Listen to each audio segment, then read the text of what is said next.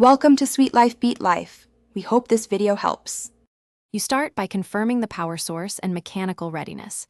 Verify a CR 2032 battery at 3.0 volts and clean the contacts if needed so the recorder won't cut out. Once done, attach the keychain clip so the microphone points outward. This improves capture.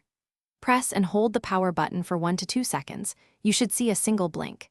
If the LED fails to light, make sure the battery is seated and the polarity matches. Then retry the power press. You begin recording by tapping record once. This starts a continuous take. Tap again quickly to pause and resume if needed. Place the keychain recorder 2 to 6 inches from the sound source to balance clarity and ambient pickup. Point across the voice or instrument to reduce plosives. Monitor the LED levels as you record. A steady green means good levels, while red warns of clipping. If you see red, reduce distance or lower input volume with small angle adjustments. Keep checks every 30 seconds.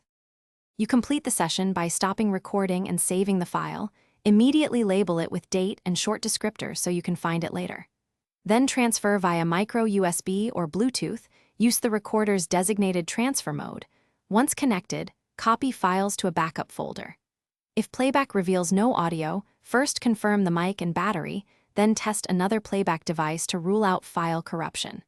If corruption persists, re-record using a fresh battery and shorter.